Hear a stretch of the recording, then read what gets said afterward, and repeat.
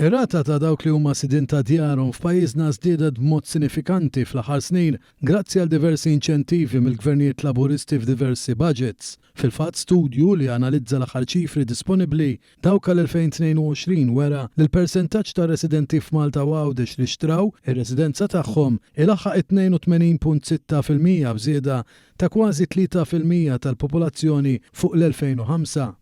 Dan hu kompletament bil-maqlub għat-tendenza u s-sitwazzjoni fl-Unjoni Ewropea fejn il-medja hija ta' 64.1% u fl-istess perjodu bejn l-2005 u l-2022 naqset bi kważi 2%. Il-Fondazzjoni għall-Akkomodazzjoni Affordabbli pubblikat studju minn Dr. Dylan Kassar bit-tema Entryways to Home Ownership li wkoll żvela fost oħrajn kif 10% tal-proprjetajiet li nkisbu mill-2010 sal-2020 waslu permezz ta' wirt. Ħareġ ukoll li 59% ta' dawk bejn 18 u l-34 sena għadhom jgħixu mal-ġenituri tagħhom li jfisser li pajjiżna għandu waħda mill-ogħla rati f'dan ir-rigward fl-Ewropa. Dan il-fattur jgħin biż-żgħażagħ ifadlu l-flus għad-depożitu l-ispejjeż biex jixtru l-akkomodazzjoni personali filwaqt li jipprovdi wkoll serħan il-moħħ għal dawk li esperjenzaw problemi fi żwieġ. Dan ukoll ikkontribwixxa biex Malta ikollha rata aqwa ta' persuni sidin ta' darhom meta mqabbel mal-bqija tal-Ewropa.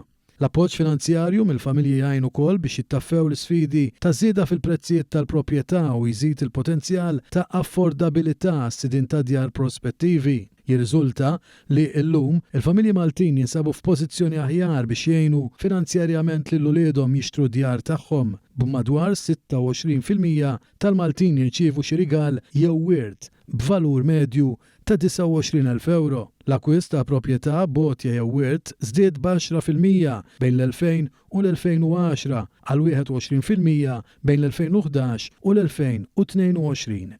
Persuna minn kull sitta ta' bejn is-16 u l-34 sena saru sidin ta' darhom permezz ta' wirt jew rigal. Fl-istudju tal-Fondazzjoni għall-Akkomodazzjoni Affordabbli joħroġ li din għandha rwol biex tipprovdi soluzzjonijiet ġodda ħalli f'pajjiżna ikun hawn aktar djar għal beħ bi prezzijiet li jkunu iżjed affordabbli.